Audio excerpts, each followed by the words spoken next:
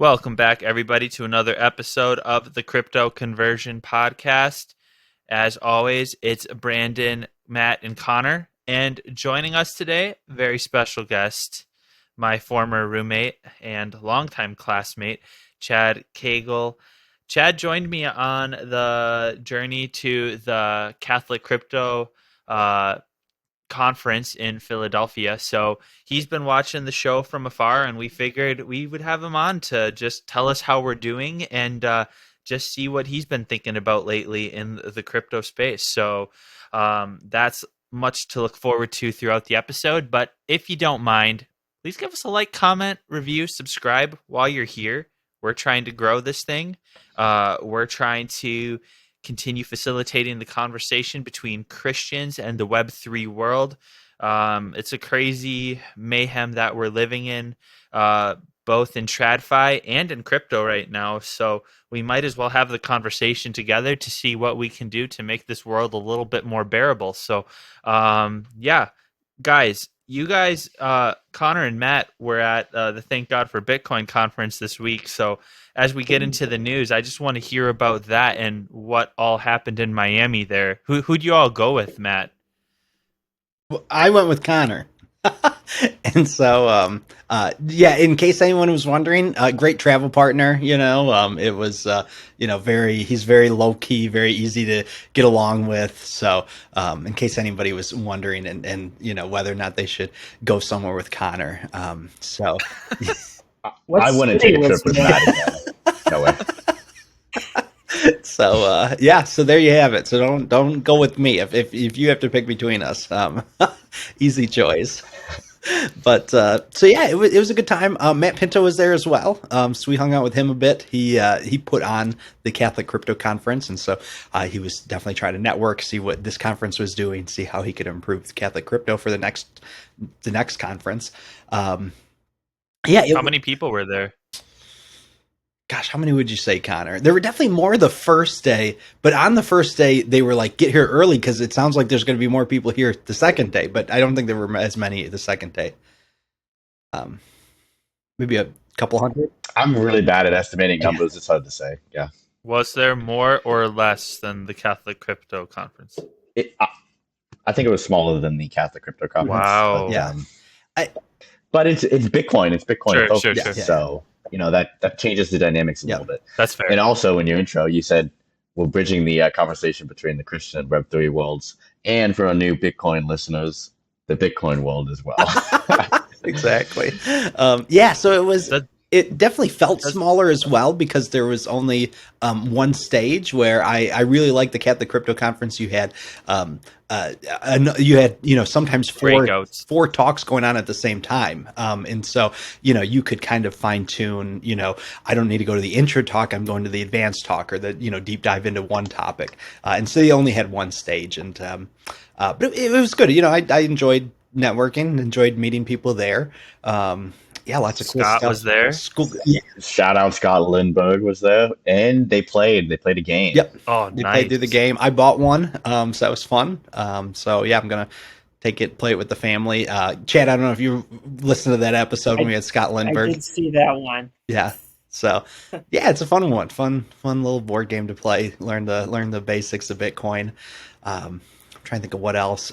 So yes, the first day seemed very like introductory, and so it was the second day. I think the talks were better because they were more kind of explicitly like how people are using Bitcoin and mission work, how people are using Bitcoin and adoption in the developing world, how Bitcoin we can use it with the church, and so yeah, it kind of fun. Like Connor said when we were talking before, we're Bitcoin maxis now.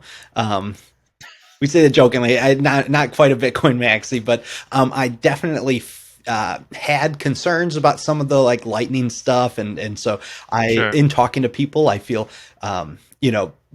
more bullish on Lightning, and then there's some other newer payment system that came out called Fedimints, and so I don't know. We'll do a deep dive episode one of these days about what's going on with that, and so I really think that some of these scaling issues are kind of actively being worked on.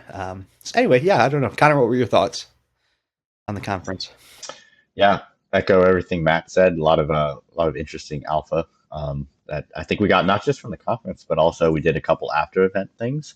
Some interesting things happening. People building on Bitcoin, enabled not just through what is it, Taproot and ordinals and whatnot, but I mean other Bitcoin avenues, DIDs, decentralized identities. Some interesting stuff being built around Bitcoin. And we're going to be having a lot of interesting guests come on. We definitely connected with some people from Bitcoin, people in the banking sector, people who are trying to bridge the gap there, regulation, um, financial planning, all sorts of interesting avenues that I think some new guests are going to bring some interesting topics to the podcast. How many subscribers did you guys get?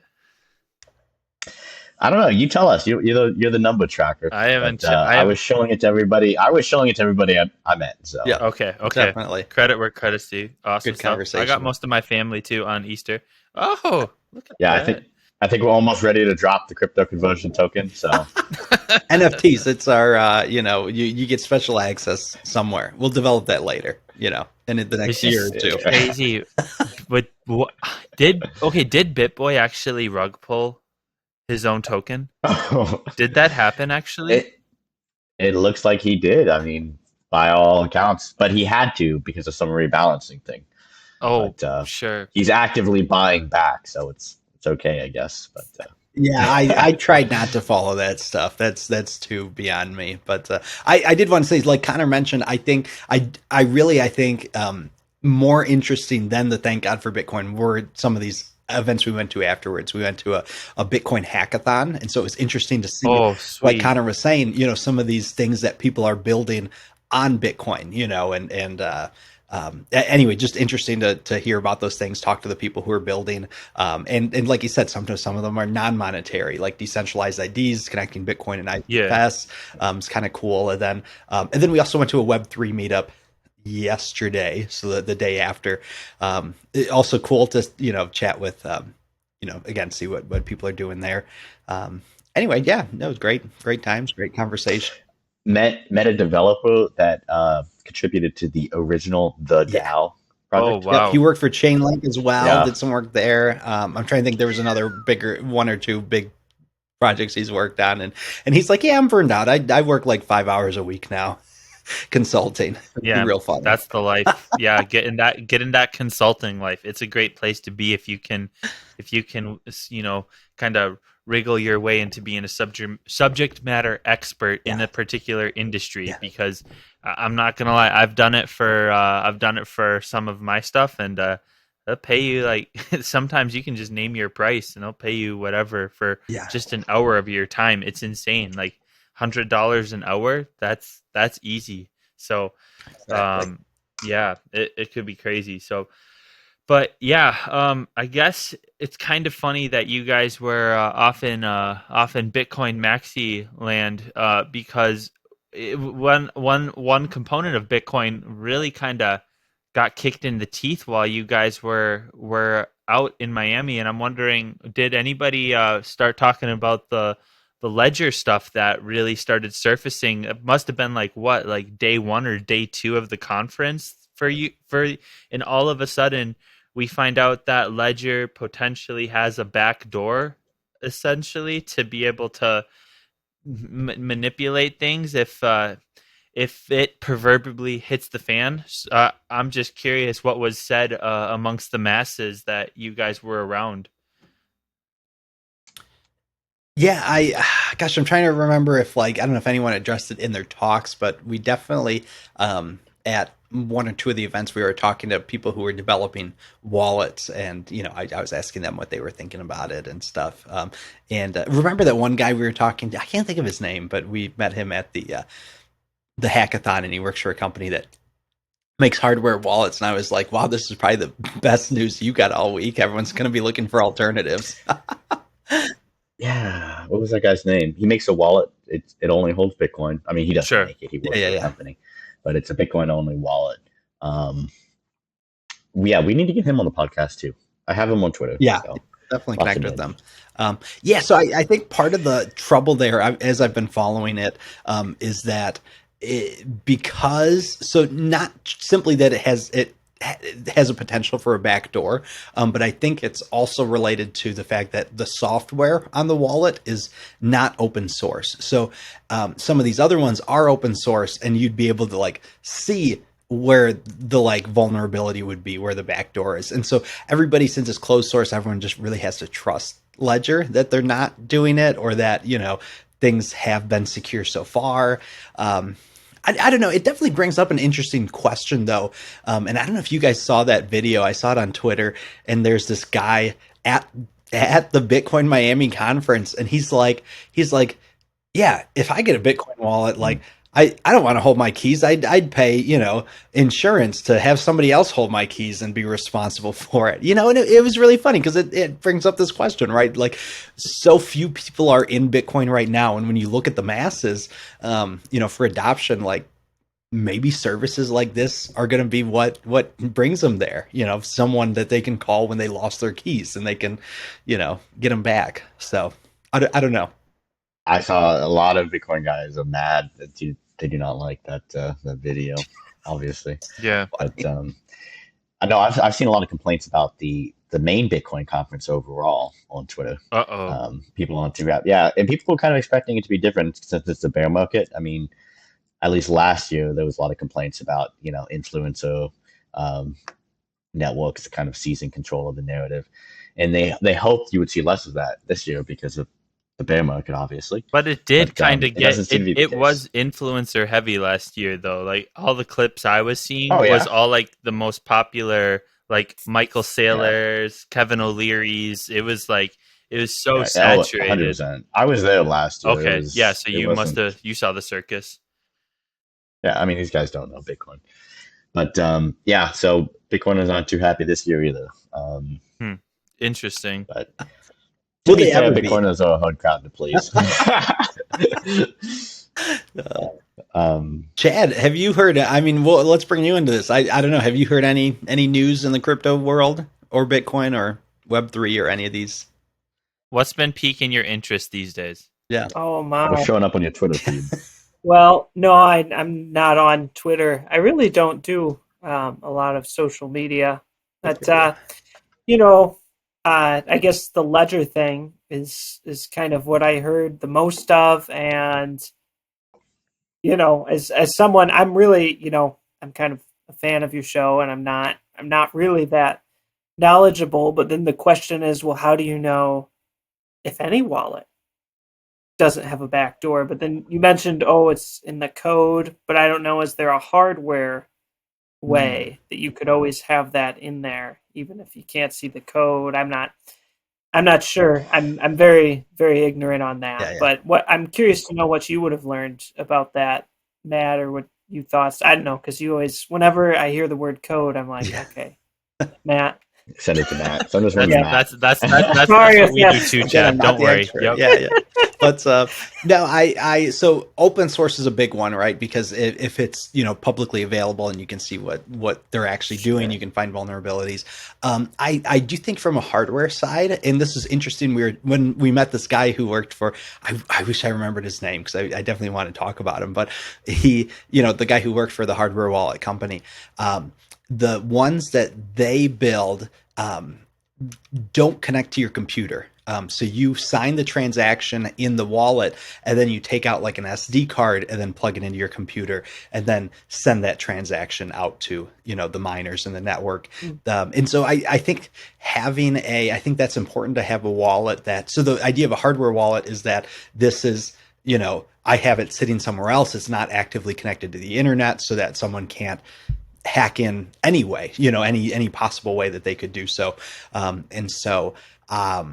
Yeah, but to have what they call this air gap so that, you know, in his case, the hardware wallet never touches the computer. It's not, I plug it in and sign the transaction and send it, but I sign it, send it, or I sign it and then I move it over to the computer and send it. I think having that extra layer of protection is good. I don't know how, I don't know how many wallets do that. I was telling the people there that I don't have any hardware wallets, any cold wallets. I only use hot wallets. I like to live life on the edge. If someone I don't know. Only apps and browser extensions for me right now. So one of these days, I'll convert to hardware wallets. But Guess how many ledgers I have? Too many. 3 too many. 3 too many. I I bought my whole family. I literally bought my whole me family too. ledgers last Christmas. Me too. So. Me I too. was, I got one for me, my wife, my Yeah. daughter, and I have all my Bitcoin in it, and I'm like, the back door. If it's a true back door, then I'll figure something else out. I think I'm wondering if it's I'll be interested to see what Trader University. That guy, Chad. We send his videos back and forth from time to time. occasionally. Yeah, occasionally. I Yeah. call him Sassy Matt. Um, I DM'd him. I'd love it if he DM'd me back. I'd love to have him on the podcast. But yeah, so I find his videos to be great. But he's a Bitcoin maxi, but he's a multi-sig guy. And so I'm wondering, I'm like, shoot, should I start moving down that rabbit hole of looking at setting up my own multi-sig wallet? Honestly, if this is true with the hardware stuff, it's like that would make the most sense, right? If I'm a Bitcoiner. Might have to go back to the paper wallets. I mean, I helped the lady who had an actual paper wallet recover her coins. It's not crazy. Wow. Laminate it so it doesn't get wet. No. Yes. Yep. Of course. Yep. Right. Keep it in my wallet. Extra secure. Yep. Yep. Keep it in my wallet with my St. Joseph holy card. It'll be extra protected. St. Joseph will protect my Bitcoin. Yeah. Somebody else we met, Matt, was Paul Miller, who's he's working on a Lightning wallet, right? Am I understanding that right? Yeah. So it's a hot wallet, but that's another wallet technology that he's building on chain.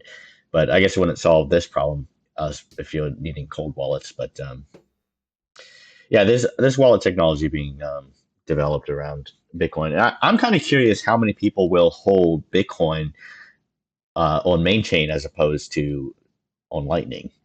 True. Yeah, I and especially after talking to some of these guys, I didn't realize, but so if I spun up a Lightning node, and this is another kind of adoption, whether or not you hold your keys type of a thing, but right, if I spun up a Lightning node and made channels so that people can go through my node. I don't know how familiar you guys are with Lightning, but you can earn some sats, you can charge fees for people using your stuff as liquidity. But if I spun up my own node, to self-custody my own Lightning stuff, I can apparently, and again, I didn't know this until, this week, I could connect, if my mom wanted to run, have a Lightning wallet, I could say, hey, I'll just connect you to my node and I would custody her Bitcoin, but she would have access to all my channels. And so I definitely custody of Lightning of her Lightning. Exactly. Yeah. Not her entire wallet, but if she says, hey, I want to have, $1,000 in a Lightning wallet so I can send it around, and make transactions, I think we'll be seeing things like that. I might run the node for my family, cause I don't know that they'll all want to self custody or, run their own node. That's a little technically savvy. They call it, as I've been reading more about it, instead of having a third party custody, it's like a second party custody because it's someone personally who's doing it, someone and trust. And that's what Paul Miller said. He said a lot of these scaling solutions, if a lot of the main chain of Bitcoin is made on trustlessness. And he's like, if you trust somebody, then you don't have to that expedites the process. There's a lot more solutions if you can find a person or a group of people that you trust, then I don't know, it expedites the process. But the question really, when it comes down to whoever, whether it's you or whoever you trust, interacting with the base layer, there is a certain level where you can step back and you could say, okay, we replaced trust in maybe other people's morality with trust in other people's or my own competence. and that could be kind of scary. Definitely a competence thing. Yeah, I think my vision for the future. You know, Yeah. because you could say, "Wow, great person! They're running this Lightning node for me." Yeah. But whoever's, and maybe that's not exactly who would interact with the base layer, but whoever you're trusting to interact with the base layer, well, I hope they just don't mess up. You're absolutely right. Yeah, exactly. If anything, even though I'm deeper in the crypto world, I've got a brother who's in IT, and if he were to spin up a node, I would trust him more than myself. Exactly. But you're right. Matt was just like half the conference was just Matt like telling me all the people he would trust to hold his Bitcoin. He's like, if these monks, like if they that's what I said, yeah. started a Lightning node, I would trust them. And then he's like, if the Vatican started a node, he's like, I would trust them to custody all my crypto. I would And not I'm just trust like, the Vatican Not the with Vatican any Bank. of my money. But, Nope. No, but I said we were talking like network state stuff and how like, you know, the Benedict option. Chad, you're probably familiar with the Benedict option. Have you heard of that? Where people are. I've heard it floating around. It's Yeah. kind of. I never read the book. Me neither. I've heard it spoken well of and poorly of. Okay. But it's basically, look, we sort of reestablish this this social community, and when people are burnt out from the isolation of technocratic society, they just kind of find you magically, or by the Holy Spirit, rather. Yeah, I guess that's how the church grows, or something. I don't know. Yeah, I guess I don't know. I guess I don't know about how much they're, you know, related to technology, but just the idea of like, no, we want to, you know, build a city where the monks are, you know, like how, what better place, right, than a monastery to. I refer to it as like kind of a Catholic or Christian remnant, Matt. Mm-hmm. Right? Yeah. You know, like you're basically kind of like secluding yourself. It's basically like going Amish, essentially, except you're just taking. Well, Rod Dreher is Orthodox now, at least. Really interesting. Yeah. No. So my understanding of it, as I've been reading about it, is that they're not completely secluded. Like I thought people would still like, you know, drive to work, but like all their social life would be, you know, and where they raise their family would be in this kind of community. But anyway, so that what I was saying, what Connor was referencing is I said, well, yeah, if I was there and then, you know, everybody went into the Bitcoin Standard and then, you know, these monks did a multi-sig Lightning node, you know, I you know, that would be it. We'd all trust them if it's in the Benedict option. We'd all trust whoever we again, yeah, put our trust in. But yeah, well, you're right. if you're a religious order and this is what you do is you build nodes, reach out to Matt. He'll be or if you want customer. to, yeah, I'll talk you into it. Any Benedict option listeners to us? Let me fly me out there. I'll get you all on the Lightning Network. We'll make a Fediment. I like that. That thing even better. Yeah. So. Yeah, I think we definitely need to get Paul on the podcast. Yeah. He said he would be interested in coming on. We had a interesting conversation about with him just about does blockchain have any use case like outside of Bitcoin? Like, is that even a possibility? Sure. But besides that, he also had some. I mean, he took the Bitcoin maxi side, but had some interesting pushback on some of our ideas. So I thought it was a helpful conversation. It wasn't.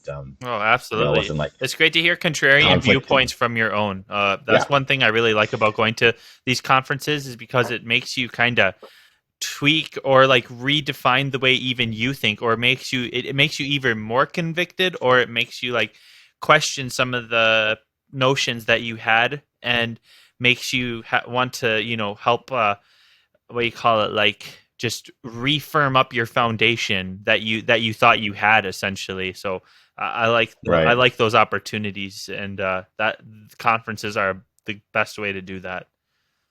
Yeah, and he's a smart guy too. I mean, he's developing on Bitcoin, so he definitely knows what he's talking about, and I think he has an interesting perspective there. Yeah. But particularly what I thought was interesting was him talking about the idea of scaling on trust with the Lightning Network, with Fediment. That was kind of like, at least what I kind of pulled away from what he was talking about.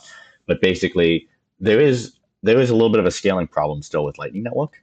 It doesn't. I mean, Matt can kind of elaborate more of, you know, some of the potential issues, but I don't know if is this Fediment or is this like a different thing. But he was talking about basically that idea of having like a local network, like a local community, that it's contractually it's much more of a trust network, but you settle between communities on Lightning, right? So Okay. Lightning is more of like the highway, Yeah. the interstate highway, and we kind of have these trust networks that are a little more local based, Yeah. kind of like the El Salvador Bitcoin Beach thing. Huh. If you guys have seen anything Mhm. about that, where it's just because you do trust your neighbors, like you do trust the people a little more, but it's more localized. So it's I don't know, lots of Yeah, concepts. I don't know if Yeah. No. the Bitcoin Definitely. Beach stuff is doing that in El Salvador, or if they're doing custodial Lightning. But definitely, when we heard people talk about this Fetterman Well, stuff, it is custodial Lightning because that's what makes it trust kind of based. Like you do kind yeah, of yeah. trust the people who Yep. are the custodians of the Lightning Network. No, you're absolutely right. No, sorry. Yes, you would trust someone to custody your Lightning. The way these Fediment things worked is that it sounds similar to that, but instead of having one person running the node, you have like this multi-sig, and it could be a 2 of 3 or 3 of 5 or 4 of 5, right, for extra security, right? And just so it's distributed around trusted leaders. They seem to be doing these in, I think, developing countries. So like in like Africa, they have communities that are they have this Fediment system, and you can trade with each other within the Fediment, and then you, again, like Connor said, you trade with, if I went to a business and they weren't part of the Fediment, it would transact on the Lightning. It would kind of bridge those individual Fediments together. But no, it was, again, it was Yeah. an interesting idea. Like you said, it was like trust. If you have trust, you can come up with a million new scaling options. You know, the trustlessness is hard to scale, but yeah, Yeah. It is. but very We cool should all stuff people are just doing. use Monero, right? No, just kidding. Um, No, I'm just kidding. See, I don't know if Monero Um, scales. I don't know if no, they can do 8 billion no, transactions a day. I don't know either, but it's why I still admire them, because at least they have kind of an economy around them, even though Mhm. it might be around illegal substances most of the time. We'll never know. We'll The never dark, know. we'll never know. Yeah, we don't know. You I mean can't. the dark. No, I respect a lot of what Monero is doing, and I even spoke with another dev just about like privacy issues with Bitcoin, Yeah, and I have to look a little more into it. But there's this system called CoinJoin, which is still active on Bitcoin, and like I said, I really don't know too much about it yet, but it's a trade off because the problem with the Monero chain, of course, is you're either trading off privacy or you have to trust basically that that the network doesn't wasn't like pre-mined, and the guy who owns like most of the Monero tokens sure. controls the chain. Like you don't really know the distribution, the decentralized nature of the Monero chain because it's privacy built. Yeah. Sure. Yeah. Well, to tap into your new Bitcoin maximalism, Connor and Matt, I figured we could show you some videos that how to do some different things with Bitcoin that Chad sent me. We're also going to be able to test Connor's editing skills here, as I've never shared my screen or did a presenter mode here on Riverside. So let's see how this goes here. Um, we'll share my screen. Oh, perfect. It does it for me. All right. So we're going to go to buying Bitcoins with PayPal using CoinPal. This video is from a long, long time ago, and I've just always thought it was one of the most hilarious things since Chad showed it to me. Um, let's see. Let's start with this: buying Bitcoins with PayPal. I'm just curious what you guys think of this. This will be nostalgic for anybody that has ever watched this. So let's take a look. In this video, I'll show you how to buy Bitcoin using PayPal using the CoinPal service. First, go to coinpal.indrix.com. You'll be presented with this order form. In order to make a purchase, you have to have a verified PayPal account. So I'll enter my verified PayPal email address in the form. Then I'll confirm my email address by entering it again. My gosh. I want to buy 10 Bitcoin, and I'll enter my Bitcoin receiving address there. Click continue. Presents me with the $53. details of my order. Oh, $3. So $3, 30 yeah. cents a Bitcoin. now is 30 cents, 10 Bitcoins, that's the purchase price. PayPal's going to charge 39 cents in fees. A whole Bitcoin those in are passed fees. through to you. Then a convenience fee for using the service, grand total, and the effective exchange rate My for the God. purchase. That all looks good to me. I'll click continue. So I want to find this guy. Now it tells me that they sent me an email. I would love to have him on the So I'll go podcast. look He on has my his own email. channel and everything. There it is. And there's this link here. For the sake of the demo, I'm going to copy and paste my confirmation link back to my other screen here. So I confirm my email. It shows me the details, 10 Bitcoins for $3.48. Yeah, that's right. That's what I agreed to before. Click buy now. This will take me to the PayPal checkout page. You know, this is literally going to be us at some point in the future with like ETH fees. Like, And I'll log oh in yeah, with I spent my $300 on gas one time. PayPal account that I used to create the order. People are going to look at us like, you used MetaMask? Why would you do that?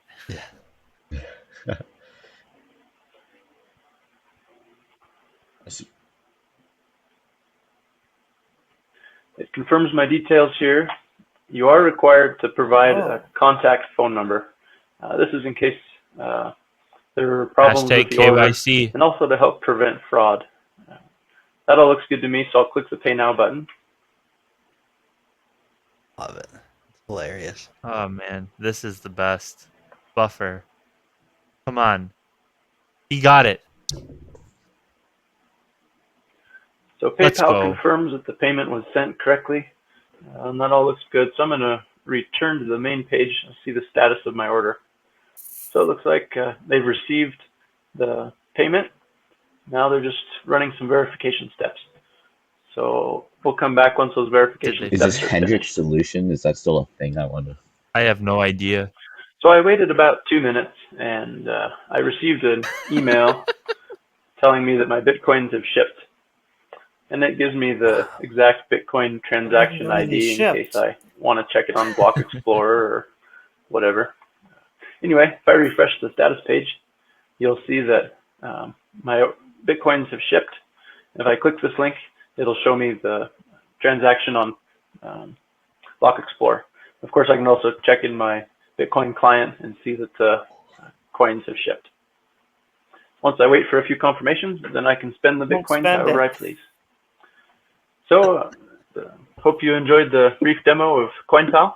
Give it a try Love at it. coinpal.indrix.com. Super funny. I actually, I had a really similar idea like a year or two ago, and I was like, man, like I could probably set up like a Venmo wallet, and people would, because you have to put a comment in your Venmo transaction anyway. So it'd be like, you send to this wallet, you paste your address in there, then I'll send you. I didn't do it because I was sure there's a million like regulations I'd have to follow around that, and Venmo, takes all your information. But yeah, that's so funny. It's so funny that that's how they did it. Chad, Has anybody used? how did you find that video? Oh, well, I think YouTube took away searching by date ranges, but I searched on Google. There's a way you can type in a website and then the date range. So I went back to 2009, right? Bitcoin was launched. So I combed through year by year to try to find the oldest YouTube videos on Bitcoin because I was curious, and I found this, and it's actually the pure humility of the presentation is what's so endearing and touching. Beautiful. It's All so right, innocent. so today we're gonna see how to buy Bitcoins on PayPal. Love it. I love it.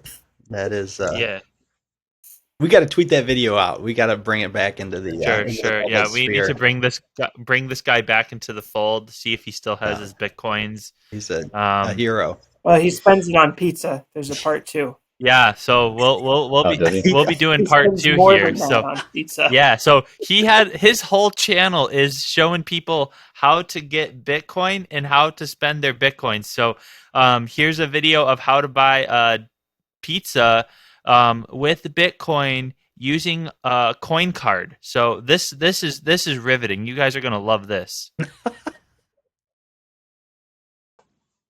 In this video, I'll show you how to buy a pizza using Bitcoin, using the coin card service. So to start, I went to Domino's.com, designed my pizza, added it to my shopping cart. And here I am on the checkout page. I chose gift card as my payment type, and I'll click place order. Now I'm on the gift card payment page. Now, of course, I don't actually have a Domino's gift card yet, so I'll go to coincard.indrix.com. I'm going to place I'm going to purchase a Domino's gift card using Bitcoin. So I'll enter my address, my email address. That's the email address where the gift card will be Don't sent. freak out too much, And guys. I'll choose Domino's Pizza gift card. Now, you could also choose a PayPal payment, in which case the Bitcoins are The only converted into options are dollars Domino's and sent Pizza directly or to PayPal. PayPal payment or to your PayPal. This video will I need choose to a meet Domino's this Pizza guy. gift card.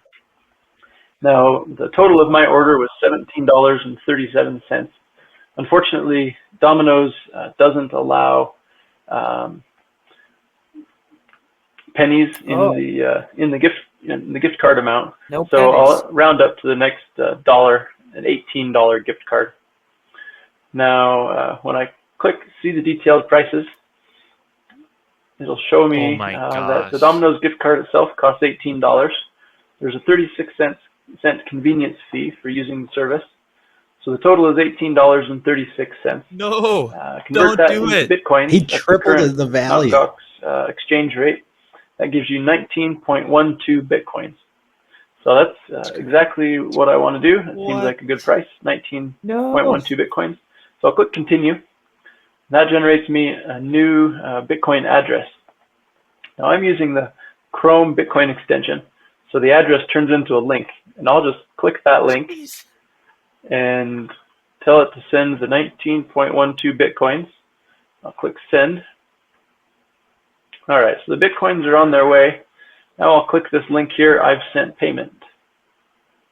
So it shows me that they've received my Bitcoins and have to wait for a couple confirmation blocks. So I will pause That's the a video $200,000 pizza. so we don't have to all wait for that. So I've waited for the confirmation blocks and I refreshed the status screen a couple times. And now that the confirmation blocks have finished, it shows that the order is completed and that I can expect my Domino's Pizza gift card in a couple minutes. Now, as well as getting the status screen update, CoinCard sent me an email letting me know that the card has shipped. Oh, did you see So the that means Google that Buzz CoinCard there? has purchased the gift Throwback. card from Domino's, sending it to my address.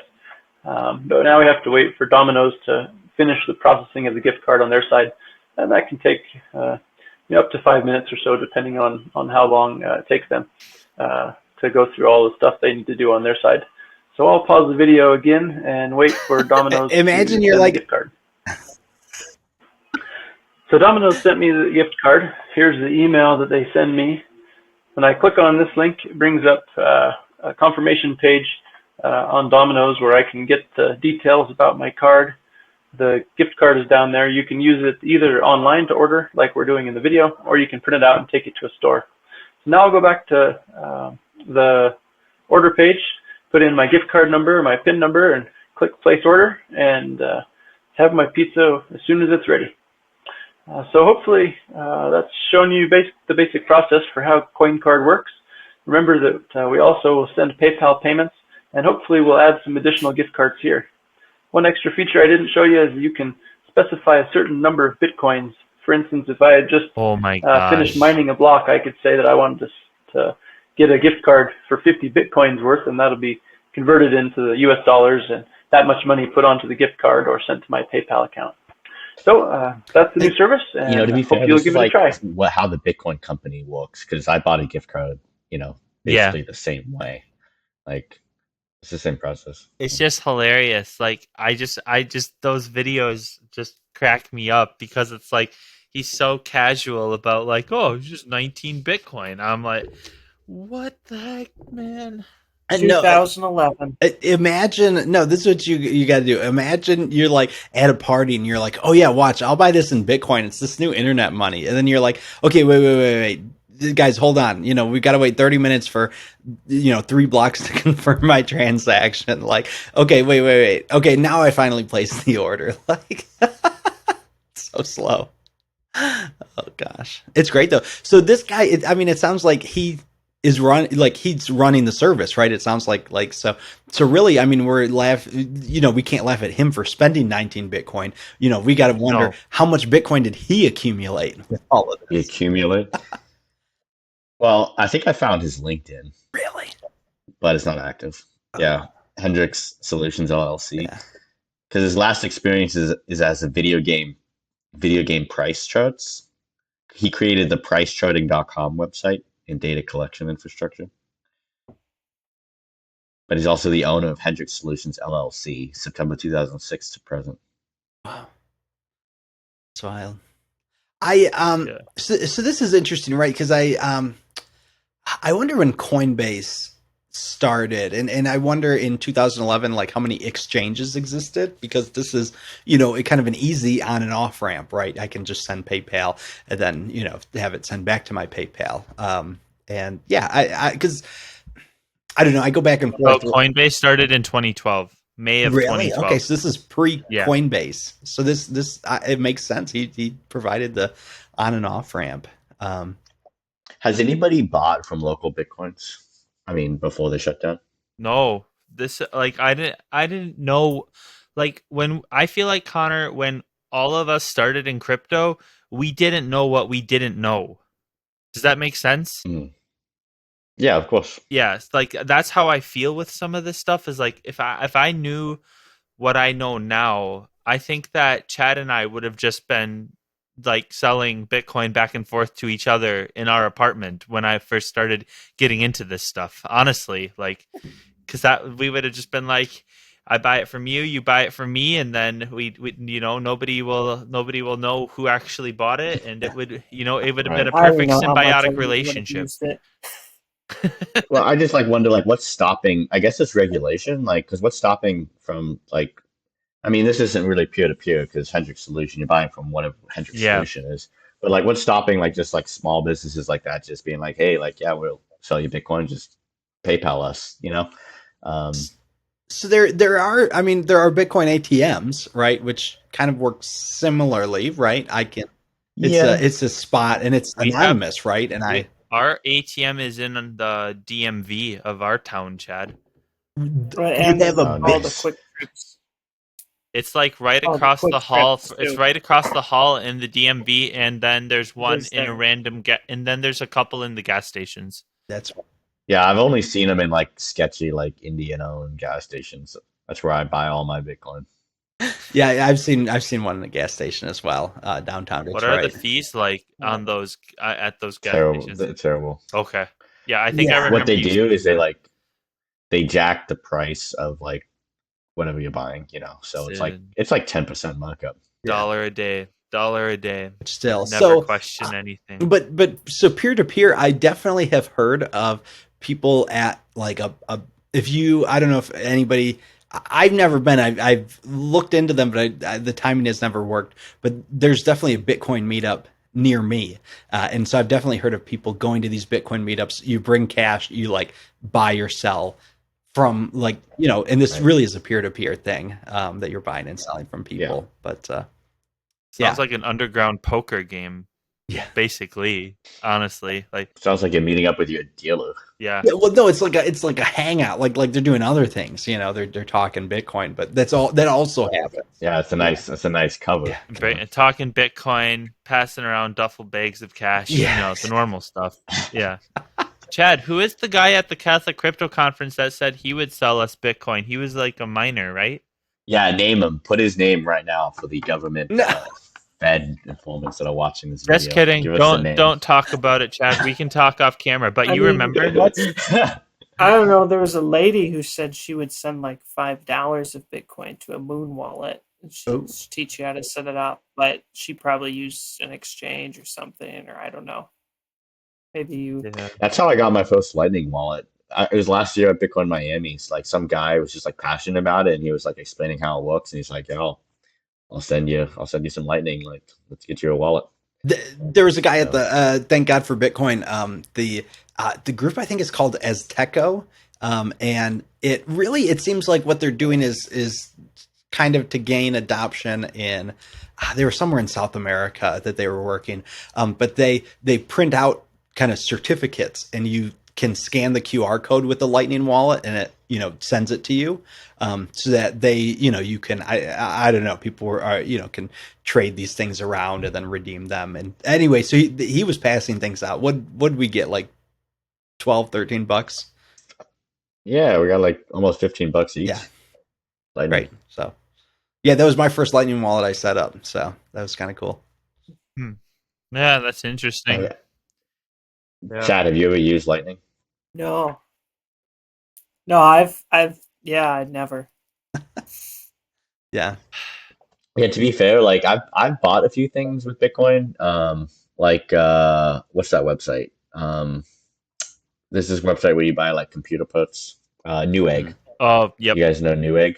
I've Yeah, heard they of it. accept Bitcoin. So like I've bought using my Bitcoin, but I've always just done like main chain, Oh, Chad, I bet at some of the venues that you play. So just to preface this, Chad's a musician. I bet at some of those more divey venues that you sometimes play, there's people that are crypto people. You should set up a BitPay and then let people scan the QR code to send you tips via crypto.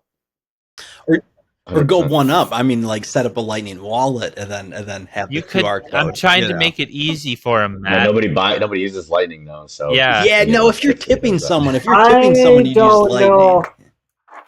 I No, mean, you would if you knew how to use it, but like, come on, how many people? Like, even people who do Bitcoin. Yeah. Yeah, but I'm not going to like, tip someone and pay. I just $3. open up my case and get some Yeah. good old fashioned Lincolns, and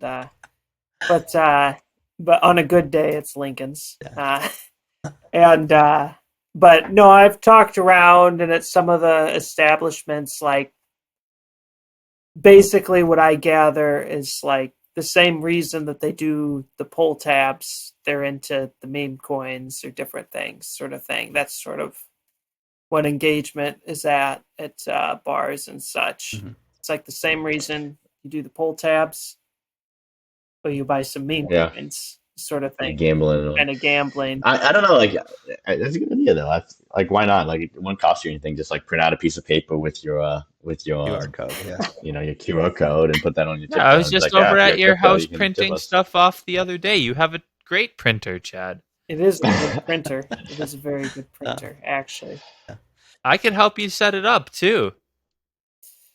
That's Oh fine. boy. Well, here we go. Here, I'll run the node for you. Yeah, let's gonna do it. Oh man. This would be a big experiment. Yeah. It could be cool. I mean, that's about it. I mean, like, you obviously wouldn't want to hold it in the BitPay, but like, it's just it's a cool way to set something up. You can accept a lot of different crypto with it. Just as an experiment. This is a social experiment to see how many people actually would tip in crypto if they had it. I mean, it doesn't even Yeah, have I to be guess BitPay. we Like, don't know. if you have a ledger, it No. generates a QR code. Yeah, well, what's the difference now? Like, seriously. So this is kind of interesting. I do want to bring this up. I think it's obviously we're all laughing at the idea of paying 19 Bitcoin for a pizza, but it is I don't know. I mean, and so that is using the centralized service, like Domino's is not accepting Bitcoin, so it is a little different. But especially that one Bitcoin pizza where the guy spent like, what was it, 10,000 Bitcoin on 2 pizzas? That was like Crazy. the first Bitcoin purchase. I don't know. I think like you can't, like, we'll never reach adoption if we keep like laughing at purchases like that. I don't know what you guys think. Like if we want Bitcoin to become a currency that people use, like we have to be willing to spend it and accept it. And so again, third parties are weird. It really is more of an off ramp because it's not actually going peer to peer. But I don't know. I think I was telling Connor that I wish I had like some type of business where I sold things and I could sell them in Bitcoin. If I had a vending machine that took Bitcoin, or I ran a lemonade stand. I said, oh, it's 10 cents or Bitcoin, right?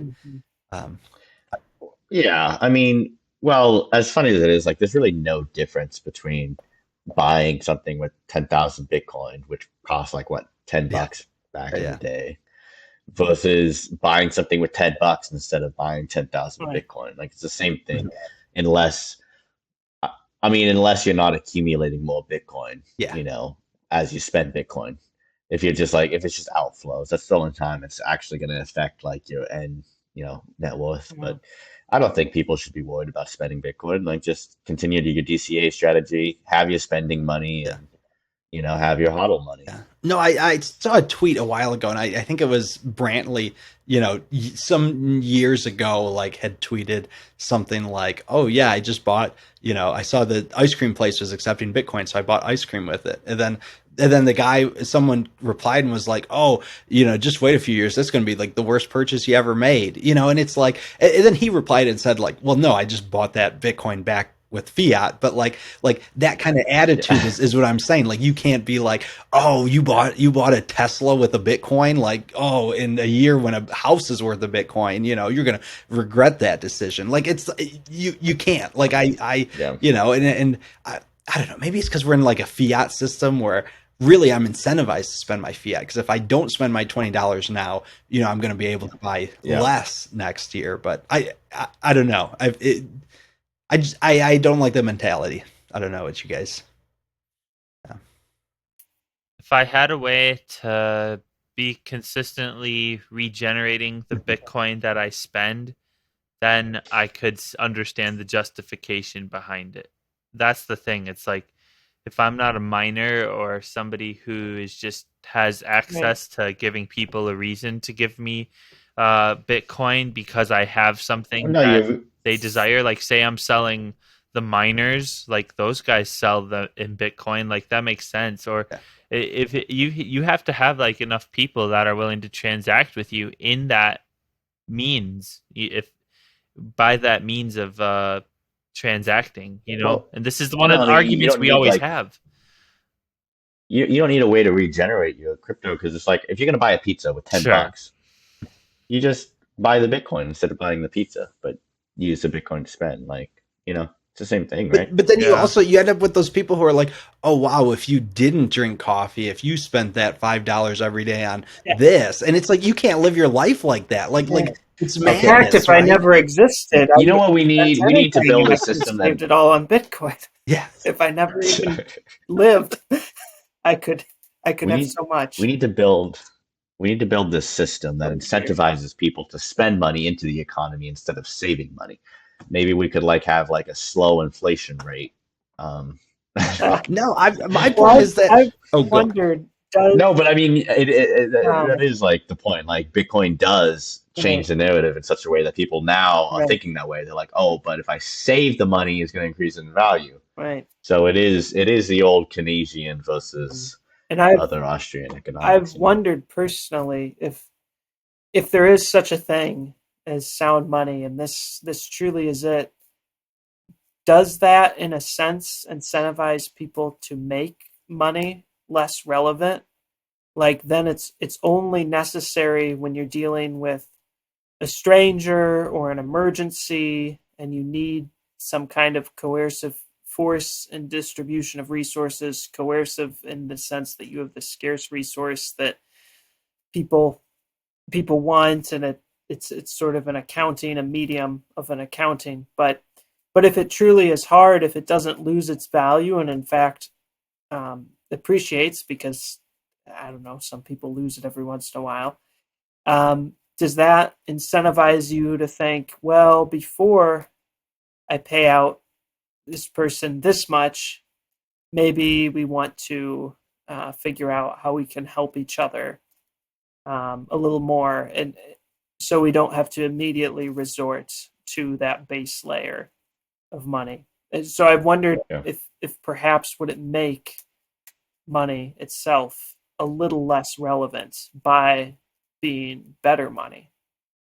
It's in no, I don't know. it's a Well- good take. So like I would, I would barter with my neighbors, or I would, right, and or I would try to become as self sufficient as I could, so that I don't have to. This is a Yeah. good perspective. But ultimately, you would probably have to spend and make something. Mhm. I guess. Yeah. Still. I guess But I wish we just don't have a lot of systems like that though. Like I was watching a video the other day, a guy was talking about how when he used to live in China, he loved going to the wet markets because there was literally everything from around the world that was there, and he could barter with the sellers of it. You had apples from America, seafood from Japan, and it was just crazy. It's just like those types of things just don't exist here in the United States, and I just sometimes wonder if it's because we have such a smaller population than some countries that we just don't get some of that. And there's a lot of geopolitical, demographic implications that go into a lot of what we're talking about here. But I don't know. It is interesting. Connor, I'm sorry, I didn't mean to interrupt you there, but that was just something that I was no, thinking that's about. good. That's all these things are adding, to the conversation. Yeah. But I thought something interesting. I heard some of the people. I don't know if this was necessarily talked about at the conference or if I heard it in the book because I listened to the audiobook before I went to the conference. Um, but yeah, they talked about this idea that like Bitcoin does like create more value on money in such a way that like our society today is so used to money just kind of being worthless almost. Like you just have to keep on spending it, and because of that, it kind of creates a lot of like non-valuable like jobs and like these people who can kind of leech off of like other valuable systems because this money is just so prevalent. Like it's just getting pumped out. So by reintroducing scarcity to the money, I mean this is like a traditional like Sure. sound money kind of argument, but Supply by demand. reintroducing scarcity to money, by making money more valuable, you inherently make like productivity more valuable because it has to be oriented, towards things that are actually productive, as opposed to things that can just eat up all this extra money that's just bloating the system. Yeah. Yeah. Right. Well, But not As- everything that kind of cuts both ways. It almost like it cuts out vices that aren't productive, but could it cut out virtues that aren't productive? Yeah. I think I don't think. See, this was my contention. This has always been my contention. But it's like people are like, the money is the problem. Like we fix the money, fix the world, and it's like No. the money is not the only problem. Okay, money is like a piece of the problem, and if you fix that, you could like reorient things a lot. It is true. Like money, the love of money is the root of evil, of all evil, right? But at the same time, like, yeah, the love of money is the root of all evil, meaning that you need things in society that don't create money, like don't create that type of value, right? So you have to, money is a piece of it. Bitcoin fixes part of the problem, but it's not the only answer. I mean, Christianity is ultimately so the solution. as we kind of wrap it up here, this is a good ending point and definitely a conversation that we'll be able to continue having throughout the podcast. Chad, thank you so much for taking some time out of your busy schedule. I know that you play venues normally at night, but we appreciate you stopping by. Can you tell the people where to find your album and what kind of music you do, so that we can at least give you an opportunity to plug yourself coming on the podcast? Sure. Well, what do you know? Well, thank you again, Brandon, and I'll tell you anytime you need a throwaway guest again, I'll be back. So, but yeah, it's Musically Inclined. It's on streaming services. Now there's a few other artists, people who thought that Musically Inclined might be a nice name. It's pretty generic. So if you search that with the title "He Left Her," that's the first song. Then there's 7 other songs. It's just white letters on black, and the word musically is Inclined. inclined. Yeah, yeah. Maybe Chad, maybe we can get you and Connor to collab on some Maybe. music for the podcast sometime soon, because we're gonna need to start upgrading certain That's right. things to help us grow vertically as well. So Get your GarageBand tunes sounds out. Right? Do you use Nice. GarageBand, Connor? What's that? GarageBand on Apple? Yeah, I use Ableton, but Oh, wow. what are you using GarageBand? Hmm? I said, are you using GarageBand? Sometimes. I have it on my phone. We could find I've never some way to published like anything collaborate. with it. We could send stems back and forth or something. That's right. yeah, well, lot to look forward to. Check out Chad's album. It's been out there for a while. Been pushing Chad. He's got to come out with some more new music someday. But you know what? Let's that album's aging like a fine wine on Spotify. So keep listening to it. It comes up on my playlist every once in a while. So you can't go wrong. It's some of Chad's best work he put together. Chad, we appreciate you coming on. We'll definitely have you back to keep us in line, make sure that we're having the right conversation about Christianity, culture, and Web3 and everything that goes around it. Guys, thank you for telling us about your experiences with the Thank God for Bitcoin conference. I'm sure looking forward to some of the connections you've made and the guests that are potentially to come on the podcast. A lot to look forward to. So with that, you all have everybody. Thank you so much for watching, listening. Have a great rest of your morning.